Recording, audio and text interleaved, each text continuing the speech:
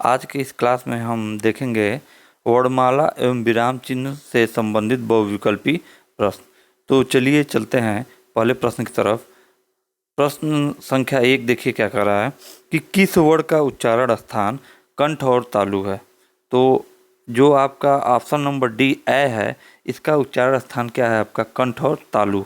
पूरी वर्णमाला में दो ही ऐसे वर्ण हैं जिनका उच्चारण स्थान कंठ और तालु है, या इसको हम बोल सकते हैं कंठ तालव्य। ए और ए, ठीक है, इनका उच्चारण स्थान क्या है कंठ तालव्य या कंठ और तालु।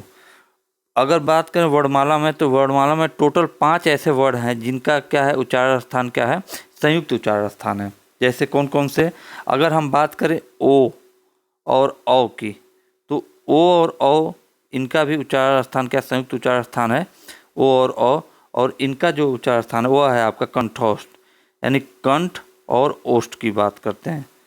कंठ और ओष्ठ इनका उच्चारण स्थान है। और आपका जो है व, यह जो है आपका दंत और ओष्ठ क्या है दंत और ओष्ठ, दंतोष्ठ जिसको हम बोलते हैं, ठीक है। तो टोटल वर्णमाला में 5 संयुक्त वर्ण हैं, ए ओ और व, ठीक है। चलिए आगे बढ़ते हैं, देखेंगे कि निम्नलिखित में से संयुक्त वर्ण का चयन कीजिए। तो देखिए संयुक्त वर्ण कौन सा है आपका 6 जो है संयुक्त वर्ण है, ठीक है, इसलिए राइट ऑप्शन आपका सी होगा। अब देखिए ये जो 6 है वो बना कैसे है, यह आपका स्वर रहित क, ठीक है, और मूर्धन्य स के मिलने से क्या है इसका निर्माण हुआ है। वर्णमाला में टोटल अगर हम बात करें तो 4 संयुक्त वर्ण हैं। 4 संयुक्त वर्ण हैं, कौन कौन सा, एक तो आपका 6 देख लिए, एक आपका है ज्ञ, जो ज्ञानी वाला ज्ञ, ठीक है। और यह जो बना है आपका, यह बना है स्वर रहित ज, यानी कि इसमें स्वर नहीं है, और अ के मिलने से तो आपका ज्ञ बना।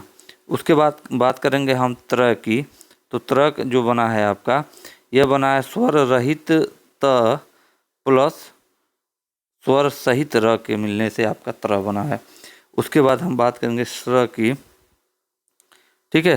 तो स्र जो बना है आपका, यह आपका है स्वर रहित, ठीक है, स्वर रहित आपका यह है तालव्य स, और उसके बाद आपका है यहाँ पे स्वर रहित र के साथ मिलने से। तो ये 4 संयुक्त वर्ण हैं, कौन, छ, ज्ञ, त्र और स्र, ठीक है। आगे हम बात करेंगे कि हिंदी भाषा में कौन सी ध्वनियाँ हैं जो दूसरी ध्वनियों की सहायता से बोली या लिखी जाती हैं। तो स्वर क्या है, यह अपने आप में स्वतंत्र होते हैं, ठीक है, इनको बोलने के लिए या लिखने के लिए किसी की सहायता की जरूरत नहीं होती है।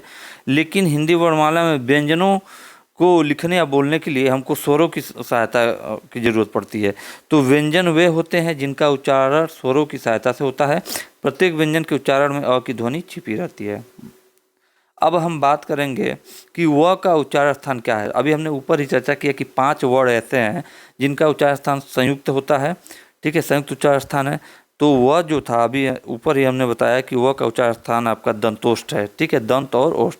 तो दांत से जीभ और ओठों के कुछ योग से बोला जाने वाला वर्ण क्या है दंतोष्ठ कहलाता है, और वह इसी वर्ग में शामिल है। और ये वह जो है आपका अकेला है ऐसा वर्ण जो दंतोष्ठ है जिसका उच्चारण स्थान। अगर हम बात करें कि हिंदी शब्दकोश में छ का क्रम किस वर्ण के बाद आता है, तो देखिए इसमें आपका यह जो आंसर है आपका राइट ऑप्शन ए क के बाद आता है। अब कैसे आता है इसको हम विश्लेषण करते हैं। यहाँ पे जो बात कही गई थी कि डॉक्टर हरदेव बाहरी के राजपाल हिंदी शब्दकोश के अनुसार सर्वप्रथम क शब्द, तत्पश्चात स्वर रहित क, और उसके बाद आपका 6 वर्ण आता है। क्लियर, कौन सा घोष वर्ण है, तो इसमें घोष वर्ण है आपका म, यह आपका सही है। अब देखेंगे घोष और अघोष के जिन ध्वनियों के उच्चारण में स्वर तंत्रियों में कंपन हो घोष वर्ण कहलाते हैं। हर वर्ग का तीसरा, चौथा तथा 5वां व्यंजन इसके अंतर्गत आता है। जैसे हमने लिखा कि क, ख, ग, घ और अंग, क ख ग घ अंग। तो इसमें आपका अगर हम देखें तो ये आपका पहला वर्ड हो गया, दूसरा या तीसरा, या चौथा या पांचवा। तो जितने भी वर्ग है, क वर्ग हो गया, च वर्ग हो गया, ट वर्ग हो गया, उसके बाद त वर्ग हो गया। तो जितने भी वर्ग हैं उनका जो आपका पहला और दूसरा छोड़ दीजिए, कौन कौन सा लेना है उसमें आप ले लीजिए तीसरा वर्ड, चौथा वर्ड और पांचवा वर्ड। वो आपका क्या है कि घोष वर्ड कहलाते हैं, और यह जो है पहला और दूसरा वर्ड आपका अघोष कहलाता है। तो उसमें हम देखेंगे कि म जो है आपका इसमें से घोष वर्ड है, ठीक है। अब देखिए ख जो है यह अघोष में आता है। अब फिर इसमें च को देखेंगे, च छ, तो च भी शुरुआत में पड़ रहा है, पहले स्थान पे आ रहा है, तो इसलिए यह भी अघोष है। ट ठ, अगर ट और उसके बाद देखते हैं ठ, तो इसका उच्चार स्थान दूसरे नंबर पे आ रहा है, इसलिए यह भी अघोष है। तो इसमें सघोष वर्ड कौन सा होगा? म। क्यों होगा? अभी ऊपर चर्चा हो गया। इनमें से कौन संयुक्त व्यंजन नहीं है? देखिएगा संयुक्त व्यंजन नहीं है। अभी ऊपर हमने चर्चा किया था, यहाँ भी लिखा हुआ है, जो छ है संयुक्त व्यंजन है, आपका त्र भी क्या है? संयुक्त व्यंजन है। उसके बाद ज्ञ भी आपका संयुक्त व्यंजन, लेकिन फ आपका संयुक्त व्यंजन नहीं, इसलिए राइट ऑप्शन क्या होगा आपका? डी। चलिए उसके बाद हम बात करें निम्नलिखित में ट वर्ग का सदस्य कौन नहीं है। तो ट वर्ग का सदस्य कौन नहीं है देखेंगे। ट का हम जब उच्चार स्थान कहेंगे तो ट, ठ, ड, ढ और अण। तो इसमें हमको दिखाई दे रहा है ध जो है ट वर्ग में नहीं आ रहा, इसलिए आपका राइट ऑप्शन क्या होगा? डी। ठीक है। विसर्ग है, विसर्ग क्या होते हैं? विसर्ग होते हैं अयोगवाह, ठीक है। विसर्ग और अनुस्वार अयोगवाह है, ये न तो स्वर है और न ही व्यंजन, लेकिन इनकी गणना किसमें होती है? स्वरों के साथ होती है। तो विसर्ग क्या है? आपके अयोगवाह है, न स्वर है न व्यंजन है, वो क्या है? अयोगवाह। चलिए आप देखते हैं विराम का अर्थ है, विराम का अर्थ है मतलब विश्राम या आराम, विराम का अर्थ है, तो इसलिए आपका राइट ऑप्शन क्या होगा? बी। ठीक है। विराम का शाब्दिक अर्थ विश्राम या आराम करना होता है, इसे ठहराव भी कहते हैं, ठीक है। आगे अगर हम बात करें क्वेश्चन नंबर 11 पे, तो निम्न में से कौन सा व्यंजन पार्श्विक है? ठीक है, निम्न में से कौन सा व्यंजन पार्श्विक है? तो इसमें हम देखेंगे जो ल है आपका, यह आपका पार्श्विक है, ठीक है। क्यों? क्योंकि ल पार्श्विक व्यंजन इसलिए है जिसके उच्चारण में हवा जीभ के पार्श्व अर्थात बगल से निकल जाए, उनको हम क्या करते हैं? पार्श्विक व्यंजन। अगर हम य और व की बात करें तो यह अर्ध स्वर में आते हैं। झ की बात करें तो यह तालव्य है, ठीक है, सघोष है और महाप्राण है। और स की बात करें तो यह भी तालव्य है, अघोष है और महाप्राण है। चलिए आगे हम बात करें, यहाँ से हम देखेंगे ज्ञ किन वर्णों के संयोग से बना है। तो यह आपका बना है ज्ञ जो है यहाँ के हिसाब से ज प्लस इ, ठीक है। ज्ञ किससे बना है? ज प्लस इ, और नहीं अगर इ रहता है ऑप्शन में तो ज प्लस अ से बनता है। क्या बनता है? ज प्लस अ। चलिए आगे हम देखेंगे कि अघोष वर्ण का चयन करें, ठीक है, अघोष वर्ण का चयन करें। तो इसमें दिया है आपका, जैसे हमने बताया कि सघोष और अघोष, तो इसमें देखेंगे जो स है यह आपका अघोष वर्ण है। अ तो आपका क्या है? यह सघोष है, ज भी है और ह भी है, लेकिन स क्या है? जिन ध्वनि के उच्चारण में स्वर तंतुओं में कंपन न हो अघोष वर्ण कहलाते हैं। हर वर्ग का पहला और दूसरा व्यंजन जो कि ऊपर देख चुके हैं इस श्रेणी के अंतर्गत आता है। ऐ के उच्चारण स्थान का नाम है, तो अभी हमने ऊपर चर्चा कर लिया था, कंठ तालव्य यानी कंठ और तालु। ए तथा ऐ का उच्चारण स्थान कंठ तालव्य है। ओ और अ का उच्चारण स्थान कंठस्थ है यानी कंठ और ओष्ठ है। और च वर्ग का उच्चारण स्थान आपका तालव्य है और त वर्ग का उच्चारण स्थान आपका दंत है, तो कोई दिक्कत नहीं है। आगे हम बात करते हैं कि भाषा विज्ञान की दृष्टि से उ किस प्रकार का स्वर है, उ जो है किस प्रकार का स्वर है। तो यह आपका पच संवृत स्वर है, ठीक है। आगे हम बात करेंगे यहाँ पे कि इसमें हम देखेंगे कि भाषा विज्ञान की दृष्टि से जो उ है के उच्चारण में जीभ का पश्च भाग काम करता है, अतः यह पश्च स्वर है। उ के उच्चारण में ओष्ठ वृत्तमुखी या गोलाकार तथा जीभ ऊपर उठने के कारण समृद्ध स्वर भी होता है। चलिए देखिए दिया है कि हिंदी में स्वतंत्र रूप से बोले जाने वाले अक्षर क्या कहलाते हैं। स्वतंत्र रूप से अभी ऊपर हमने बात किया, जो बोले जाने वाले जो अक्षर हैं वो स्वर कहलाते हैं, और जो स्वरों की सहायता से बोले जाते हैं उनको हम व्यंजन कहते हैं। इसलिए आपका राइट ऑप्शन क्या होगा? ए। ठीक है, ये आपका आंसर होगा। आगे हम बात करते हैं कि जिन वर्णों का उच्चारण बिना विघ्न बाधा के होता है तथा उनके उच्चारण में किसी वर्ण की सहायता नहीं ली जाती, स्वर कहलाते हैं। तो ये सभी स्वर क्या होते हैं? ये सभी स्वतंत्र होते हैं। क्वेश्चन नंबर 17 देखेंगे, 17 नंबर क्वेश्चन देखेंगे कि जिन शब्दों के अंत में अ आता है उन्हें क्या कहते हैं? तो जिन शब्दों के अंत में अ आता है उसको हम कहते हैं अकारांत। ठीक है, तो जैसे बालक, तो जिन शब्दों के अंत में अ आएगा उनको अकारांत कहते हैं, इसलिए राइट ऑप्शन आपका डी होगा। हिंदी वर्णमाला में अंग और अह क्या है? तो आपको बताए हैं कि जो आपका है अंग और अह, यह आपके अयोगवा है। अभी ऊपर हमने चर्चा किया था इसमें। ठीक है, आगे हम बात करेंगे कि निम्नलिखित में कौन स्वर नहीं है? तो कौन स्वर नहीं है आपका? यह आपका है स्वर इ जो है आपका स्वर नहीं है, बाकी शेष आपका स्वर है अ, ए और उ, ये सब स्वर हैं, लेकिन इ आपका स्वर नहीं है, इसलिए आपका राइट ऑप्शन क्या होगा? डी। चलिए आगे देखेंगे, पूर्ण विराम चिन्ह को पहचानिए। ये तो बहुत ही आसान सा है। जब कोई वाक्य जब पूरा हो जाता है तो उसके लास्ट में एक पाई हम लोग क्या करते हैं? खींच देते हैं, इसी को हम बोलते हैं पूर्ण विराम चिन्ह। ठीक है, तो इसका चिन्ह क्या है? यह खड़ा पाई। हंस पद किस विराम का एक और नाम है? तो हंस पद जो है यह त्रुटि विराम का एक और नाम है। चलिए आगे हम बात करते हैं, त्रुटि विराम को हंस पद भी कहते हैं। जब लिखने में कुछ छूट जाता है तब इसका प्रयोग करते हैं। जैसे देखिएगा, मोहन बाजार गया था, अब कल छूट गया, तो ऐसे सिंबल बना के और ऊपर लिख देंगे आप, जैसे यहाँ लिख दिया हमने कल, तो यह क्या है? हंस पद। बाजार स्कूल से कब आया? ठीक है, बालक स्कूल से कब आया में उचित विराम चिन्ह का प्रयोग कीजिए। तो बालक जो है स्कूल से कब आया, ठीक है, कब आया क्या एक प्रश्नवाचक शब्द है, यानी प्रश्न पूछ रहे हैं, तो यहाँ पे आपका प्रश्नवाचक चिन्ह की जरूरत पड़ेगी, इसलिए आपका राइट ऑप्शन क्या होगा? बी। ठीक है, आगे देखेंगे, कौन सी ध्वनि महाप्राण नहीं है? इस पर ध्यान दीजिएगा, महाप्राण नहीं है, तो जो है आपकी महाप्राण नहीं है। ठीक है, वे व्यंजन जिनके उच्चारण में श्वास अधिक मात्रा में निकलती है उन्हें महाप्राण व्यंजन कहते हैं। इसके अंतर्गत वर्गों के द्वितीय और चतुर्थ वर्ग तथा समस्त उष्म वर्ण क्या कहलाते हैं? आते हैं। तो महा में क्या आते हैं? महाप्राण में द्वितीय और चतुर्थ वर्ग। जैसे अगर हम लिखें क ख, क आपका पहले पे, ख दूसरे पे, फिर तीसरे पे आप लिखेंगे ग, चौथे लिखेंगे घ, और पांचवें लिखेंगे आप अंग। ठीक है, तो इसमें से अगर हम बात करें, इसमें से जो आपका दूसरा और चौथा जो वर्ण रहेंगे ये क्या कहलाएंगे? आपके महाप्राण।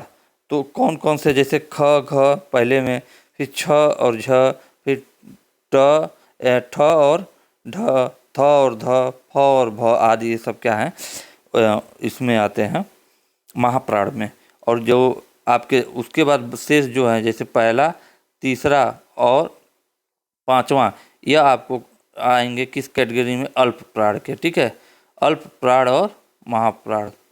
देखिएगा आगे हम बात करते हैं, इसी प्रकार वे व्यंजन जिनके उच्चारण में श्वास की मात्रा निकलती है उन्हें अल्प प्राण करते हैं, जिनके उच्चारण में श्वास की मात्रा कम निकलती है।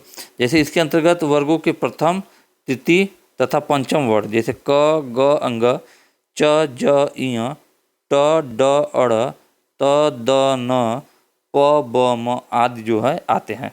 अंतस व्यंजन य र ल व भी अल्प प्राण व्यंजन है। अतः स्पष्ट है कि जो है महाप्राण व्यंजन नहीं बल्कि अल्प प्राण व्यंजन है। पूर्ण विराम का प्रयोग किया जाता है। अभी जैसे हमने बात किया था कि वाक्य के अंत में, जब वाक्य पूरा हो जाता है, वाक्य का अंत हो जाता है, तो पूर्ण विराम का प्रयोग हम वाक्य अंत में करते हैं। क्वेश्चन नंबर 25 देखिए, हिंदी व्याकरण में सर्वाधिक रूप से प्रयोग होने वाला विराम चिन्ह कौन सा है? तो हिंदी व्याकरण में सर्वाधिक रूप से प्रयोग होने वाला जो विराम चिन्ह है वह है अल्प विराम। ठीक है, और उसका सिंबल देखिएगा, ये है आपका कामा टाइप का जो रहता है। निम्न में से कौन सा व्यंजन स्पर्श संघर्षी है? तो जो है आपका वो स्पर्श संघर्षी है, इसलिए राइट ऑप्शन आपका ए। ज व्यंजन स्पर्श संघर्षी है। आधुनिक परिभाषा शब्दावली में स्पर्श संघर्षी व्यंजन 5 है। कौन कौन? च, छ, ज, झ और इय। पूरा च वर्ग जो है आपका स्पर्श संघर्षी में आता है। चलिए आगे हम बात करते हैं, अगले प्रश्न पे देखेंगे, उद्धरण चिन्ह का प्रयोग कब किया जाता है? जब किसी का कथन ज्यों का त्यों लिखा जाता है तब हम उद्धरण चिन्ह का प्रयोग करते हैं, इसलिए आपका राइट ऑप्शन ए होगा। अब यहाँ देखेंगे, जब किसी पुस्तक से कोई वाक्य या किसी कथन का ज्यों का त्यों उद्धृत कर लिया जाता है तो वहाँ उद्धरण चिन्ह का प्रयोग होता है। आगे हम बात करेंगे, आहा कितना सुंदर पुष्प खिला है, रिक्त स्थान पर कौन सा चिन्ह प्रयोग करना उचित होगा? तो आहा कितना सुंदर पुष्प खिला है, आप एक विस्मय को, आपके आश्चर्य को प्रकट कर रहा है, तो इसमें विस्मयादि बोधक का चिन्ह लगेगा। तो जब वाक्य में आश्चर्य या विस्मय का बोध हो तो वहाँ पर विस्मय बोधक चिन्ह का प्रयोग किया जाएगा, इसलिए आपका राइट ऑप्शन क्या होगा? सी। चलिए देखते हैं, हिंदी वर्णमाला में व्यंजनों की संख्या कितनी है? हिंदी वर्णमाला में व्यंजनों की संख्या है आपकी 33। हिंदी वर्णमाला में 33 मूल व्यंजन है, इसके अतिरिक्त 2 उच्छिष्ट व्यंजन है, अड और अढ़, और 2 अयोगवाह हैं, 4 संयुक्त अक्षर रहते हैं, संयुक्ताक्षर हैं, और इसमें से 11 मूल स्वरों को मिला देने पर हिंदी में कुल कितने हो जाते हैं? 52 वर्ण हो जाते हैं। तो हिंदी में मूल व्यंजनों की संख्या तो 33 है, ठीक है। लेकिन अगर हम बात करें कुल संख्या, अगर हिंदी में कुल व्यंजनों की संख्या बात करें हिंदी वर्णमाला में, तो वो आपके 41 होते हैं। 33 धन 2 35, 2 37, 4 41, ठीक है। आगे बात करेंगे, निम्नलिखित में से उप विराम उप विराम चिन्ह कौन सा है? तो उप विराम चिन्ह जो है आपका, यह आपका कौन सा है? उप विराम चिन्ह, ठीक है, ये देख लीजिए। इसका प्रयोग बहुधा शीर्षकों के अंतर्गत होता है, जैसे तुलसीदास एक महान कवि। आगे बात करें, 2 शब्दों को जोड़ने के लिए कौन सा चिन्ह प्रयोग किया जाता है? योजक चिन्ह का प्रयोग किया जाता है। तो 2 शब्दों को जोड़ने के लिए योजक चिन्ह का प्रयोग किया जाता है, और योजक चिन्ह कौन सा है आपका? यह, इसीलिए आपका राइट ऑप्शन कौन सा होगा? बी। निम्न में से कौन सा व्यंजन संघर्षी है? ठीक है, संघर्षी या उष्म संघर्षी दोनों बात एक ही है। तो संघर्षी व्यंजन 4 होते हैं, श, श, स और ह, यह आपके 4 क्या होते हैं? संघर्षी व्यंजन। चलिए आगे देखते हैं, अघोष वर्ण कौन सा है? अघोष वर्ण आपका होगा स। उपयुक्त वर्णों में से स अघोष वर्ण है। नाद की दृष्टि से जिन व्यंजन वर्णों के उच्चारण में स्वर तंत्रियां झंकृत नहीं है वे अघोष वर्ण कहलाते हैं। प्रत्येक वर्ग का पहला और दूसरा अघोष होता है, जैसे कि हमने ऊपर चर्चा किया था, और तीसरा चौथा पांचवा वो आपका सघोष होता है। क्लियर? आगे देखेंगे, निर्देशक चिन्ह या रेखिका का प्रयोग किया जाता है। तो निर्देशक चिन्ह या रेखिका का, जैसे निर्देशक, इससे बात से ही, इससे ठीक है, शब्द से ही स्पष्ट हो रहा है कि निर्देशक मतलब निर्देश की बात हो रही है, तो संकेत के लिए, ठीक है, निर्देशक चिन्ह का प्रयोग होता है। तो निर्देशक चिन्ह या रेखिका का प्रयोग संकेत के लिए किया जाता है। यथा शब्द के 2 भेद हैं, सार्थक और निरर्थक। संक्षिप्त रूप में दिखाने के लिए किस चिन्ह का प्रयोग किया जाता है? तो जब शब्दों का संक्षिप्त रूप लिखना होता है तो शब्द का पहला अक्षर लिखने के बाद संक्षेपण चिन्ह, इसको संक्षेपण चिन्ह कहते हैं, का प्रयोग करते हैं। जैसे हमको लिखना है डॉक्टर, तो हम डॉक्टर पूरा ना लिखकर ऐसे हम लोग लिखकर छोड़ देते हैं। क्लियर? आगे बात करें कि हिंदी वर्णमाला में उष्म व्यंजन कौन से हैं? उष्म व्यंजन जिनको उच्चारण के समय में क्या होता है, आपके स्वर तंत्रियों में उष्मा या घर्षण महसूस हो। तो हिंदी वर्णमाला में 4 उष्म व्यंजन 4 हैं, आपका श है, स है, और स है, और ह है, ठीक है, हिंदी वर्णमाला में। इसलिए आपका राइट ऑप्शन क्या होगा? डी। हिंदी वर्णमाला में छ से ड के बीच कौन सा अक्षर है? तो छ से ड के बीच आपका कौन सा है? इया पड़ेगा, ठीक है। हिंदी वर्णमाला में छ से ड के बीच इया अक्षर है। हिंदी वर्णमाला में अंतस्थ व्यंजन कौन से हैं? ठीक है, तो हिंदी वर्णमाला में य, र, ल, व क्या है? अंतस्थ व्यंजन है। और श, स और स, ह उष्म व्यंजन है। और छ, त्र, ज्ञ, त्र क्या? संयुक्त व्यंजन है। तो हिंदी वर्णमाला में य, र, ल, व, यह जो है ऑप्शन नंबर बी क्या होगा? राइट होगा, यह आपके अंतस्थ व्यंजन है। दिवा दिवस में रिक्त स्थान पर उचित चिन्ह का प्रयोग कीजिए। तो आप यहाँ देखेंगे कि यहाँ जो है आपका राइट ऑप्शन क्या होगा? ए। जब पहले शब्द का अर्थ वही होता है जो दूसरे शब्द का अर्थ हो तो वहाँ समानता सूचक, ठीक है, समानता सूचक चिन्ह का प्रयोग किया जाता है। रिक्त स्थान पर क्या आएगा? इसका समानता सूचक चिन्ह का प्रयोग आएगा, ठीक है। इसलिए आपका राइट ऑप्शन क्या होगा? ए सही होगा। चलिए आगे हम देखेंगे, अगला प्रश्न देखेंगे कि लोप निर्देश का प्रयोग कहाँ किया जाता है। अब इसको देखेंगे, जब पूर्व बात की पुनरुक्ति करनी हो तो वहाँ लोप निर्देश का प्रयोग करते हैं, इसलिए राइट ऑप्शन होगा आपका ए। जब पूर्व की बात की पुनरुक्ति करनी हो तो उस बात को आरंभ के 2-3 शब्द लिखकर बीच में लोप चिन्ह का प्रयोग करते हैं। क्लियर? आगे देखेंगे, यह लास्ट क्वेश्चन है। निम्नलिखित व्यंजनों में से कौन सा संयुक्त व्यंजन नहीं है? तो कौन सा संयुक्त व्यंजन नहीं है? तो वह है आपका, यह आपका ऑप्शन नंबर 20 श जो है संयुक्त व्यंजन नहीं है। इनके ऊपर भी चर्चा हुआ है, वो इनके ऊपर भी और इनके ऊपर भी। तो स संयुक्त व्यंजन नहीं है, बाकी छ, त्र, स्र और ज्ञ संयुक्त व्यंजन है। तो आज का लेक्चर यहीं समाप्त होता है। आशा करता हूँ ये वीडियो आप लोगों को बहुत ही अच्छी लगी होगी। फिर मिलेंगे अगले वीडियो में, तब तक के लिए जय हिंद, जय भारत।